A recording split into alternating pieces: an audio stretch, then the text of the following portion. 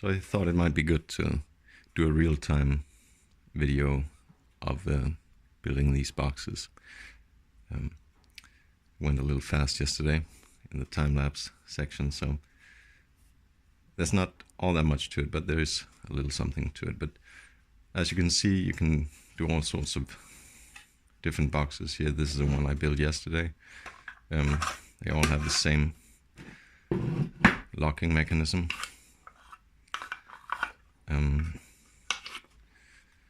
And I thought I'd build something like this again today, but maybe just half the height. And the only thing I prepped beforehand is the three pieces here that are the locking device. These are the only pieces that has to be cut or sanded or planed down before you can glue the box together. The rest of it you can just glue it and then cut it later. Same with the lid. First you make the herringbone pattern and then you cut it to size afterwards. But these are the only ones that has to be made beforehand, before they're glued on the box. And these are all wedged different directions. And I'll show you what they do later, but basically it's these three. This one is glued to the box, this one is glued to the lid, and this one is loose to lock it. So there it is. And you can make bigger boxes. Some more pattern on it. But yeah, what we need is just sticks and some glue, and then get to work.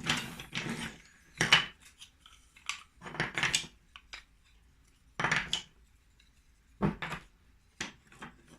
bottom is 7 of these sticks put together.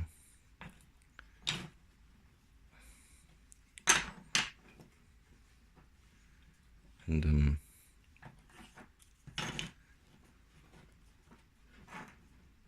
not all of these sticks are equally pretty, as they are sold as kindling, so they're meant to start a fire and not for building, so they're not equally pretty, all of them. So some of them you just put aside, used to start a fire with, for instance. What else? It's just to glue these up.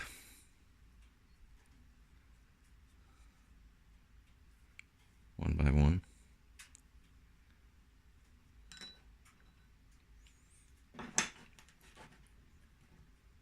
Push them together so the edges are flush here.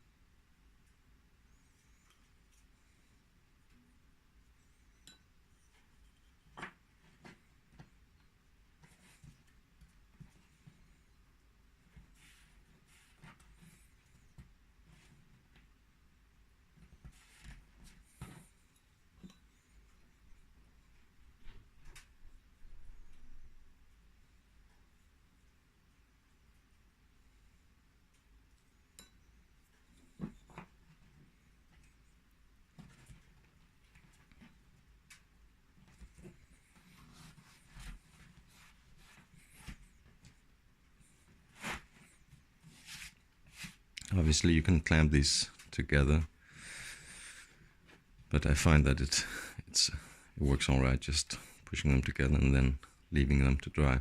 At this point, if you want a smoother finish, you can leave this to dry, and then you can go and sand it before building the sides. But it's not necessary for this one, so I'll just go on with the sides.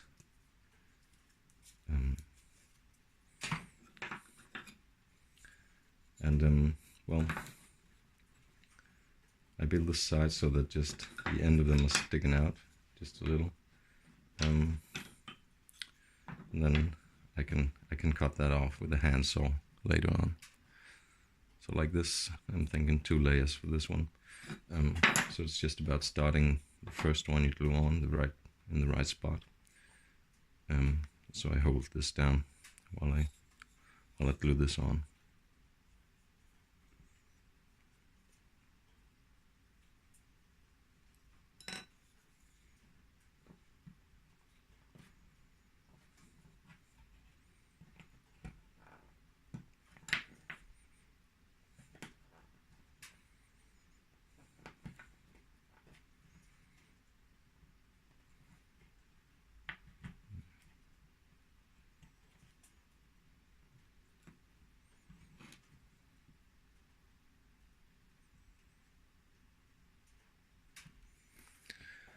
Might need a clamp for this one. Seems that. All right. And so now, yeah. Obviously, this gets a lot easier if you wait until the bottom has dried. It doesn't fall apart on you. But no. Just for the sake of the video not running too long, I'm gonna just attempt to do this wet. So, guide has done its thing, so I can use that as the next piece of the wall.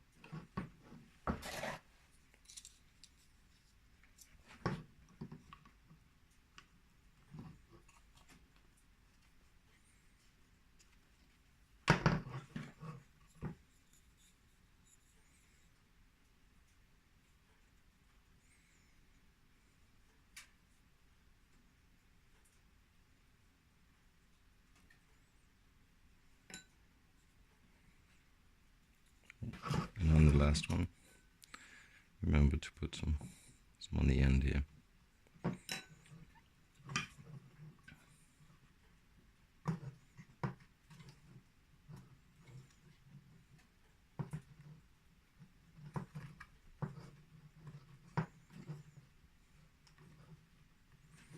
Like that.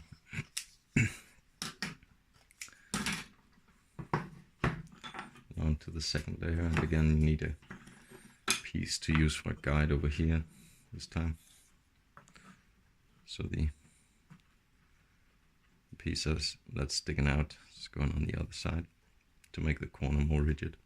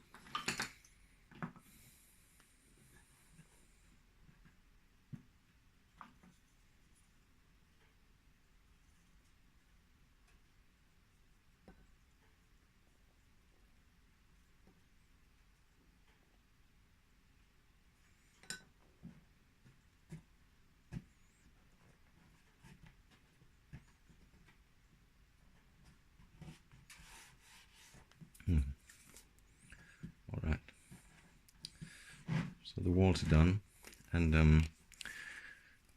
next up is to do the herringbone pattern that I'm going to use for the lid. But actually I can at this time find two pieces, these two, get them ready.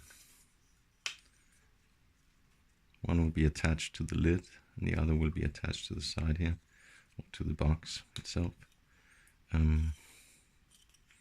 might as well glue that on now so that it can dry while I make the herringbone pattern. So I think I'll do that, and I can actually attach this one as well at this point. Depending on how you like to go about it, if you do this yourself, you might want to wait with this one, because then you can fit the lid in here easier if it's not there. But you can put it on as well and then just have it go in a little off here. You can do that as well. It works just as fine.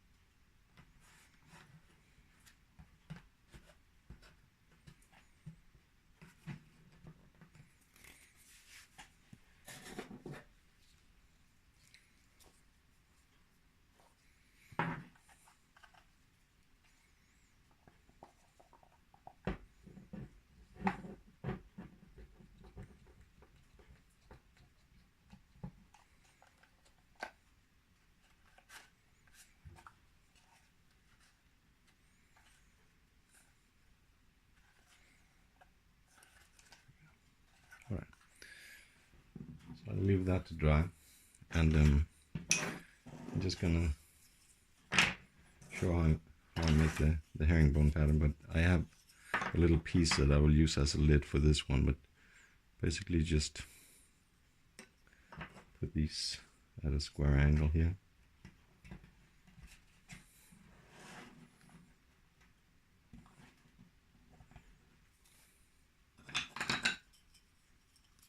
You can actually use some of these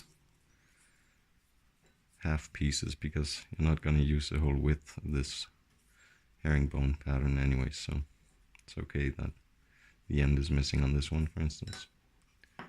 And so you just go one on the right, one on the left, and so forth until it's long enough. You can find the piece that you can make a piece that is big enough for the box.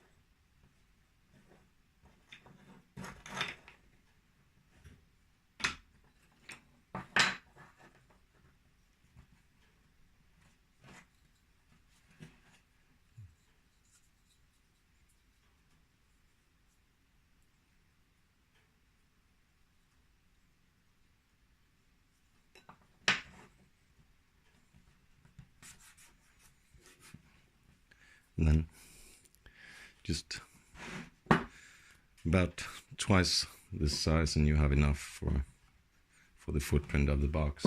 But as I said, I have some leftovers from yesterday's project, and I thought I'd use those today. This is the cutoffs. I cut off the sides, and then I cut the length of it, used for the lid here. And now I have the two ends, and I can glue those together, and then trim them off, and hopefully that'll fit. Might be a little small, but that's okay.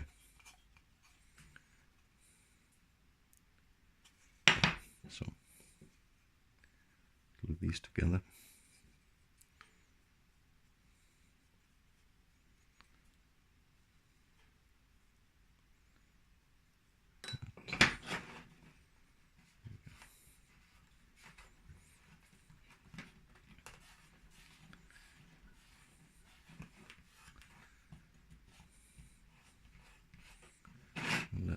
Let that dry a little. Now we can measure how much we need.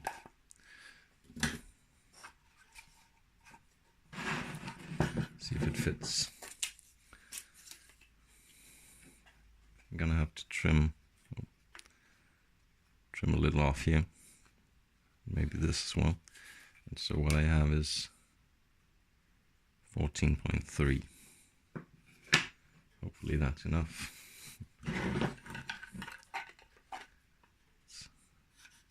Here is 14.3, so should be good. 14.4 here. That's all right. And the length of it is 13 at the most. A little less will do.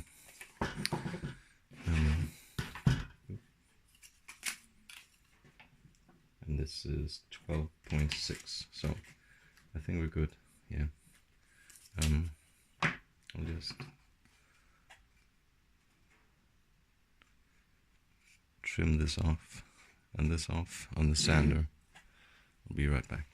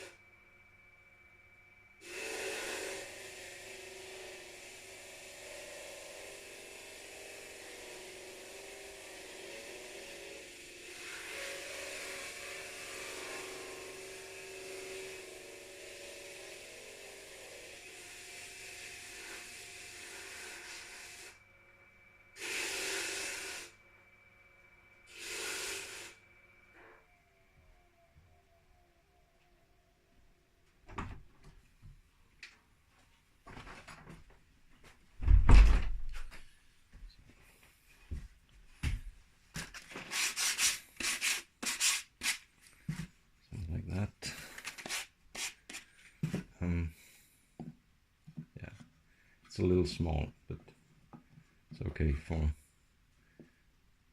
illustrating. So what I need to do first is put this one on here.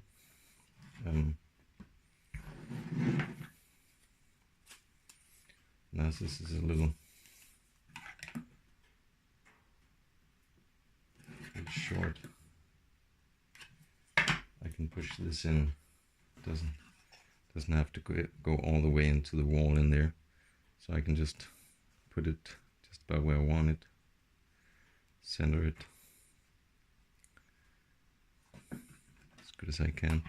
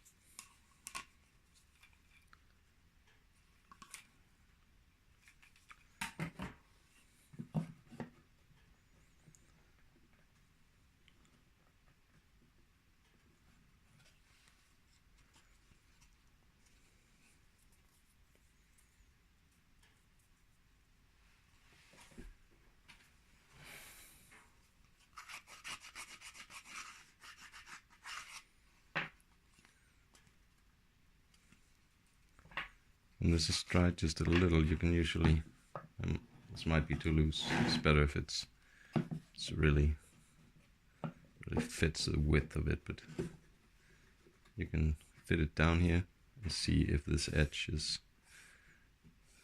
the line here is disappearing and the lid is in, and it is. And so I can see if I can get this up.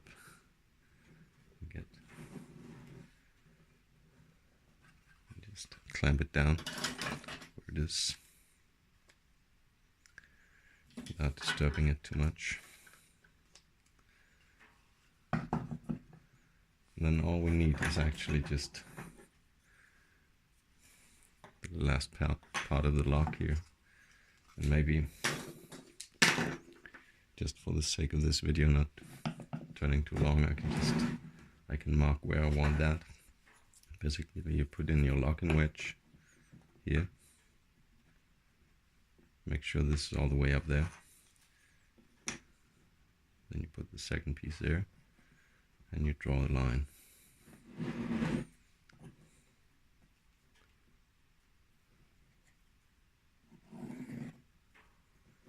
And mark where the edge of the lid is, so you put it the same place. There.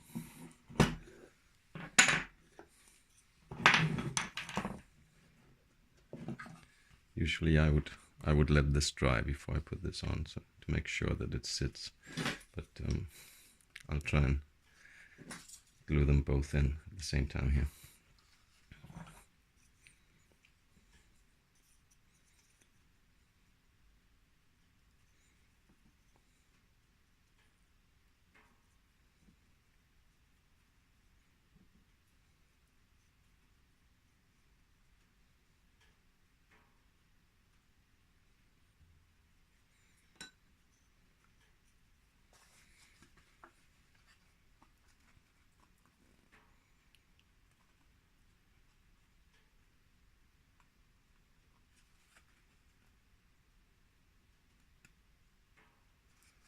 If you just push it a little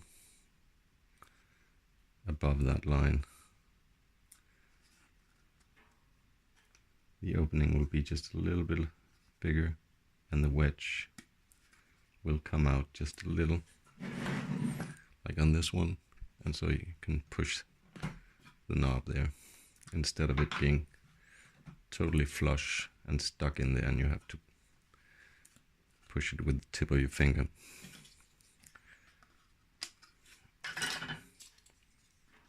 So this is it. You just have to wait just a second and see if this all fits.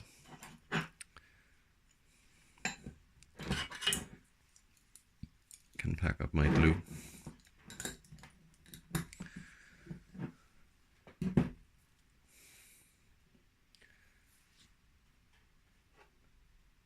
Have a little coffee.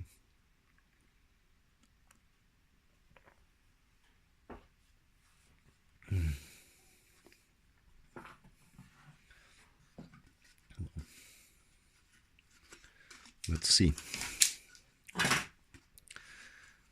This should dry a little longer, but let's just check it out. Remember to get the glue out here, especially if you let it dry further. Just check it here, see if this will fit. And it does. So all that's left is to just trim these down, unless you want them. You can just keep them as well.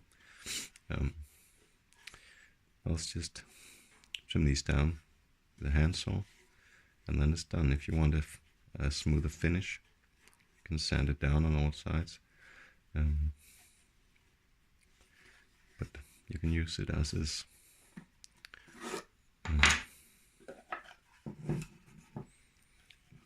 Yeah. I think that's it. Thanks for watching. See you next time.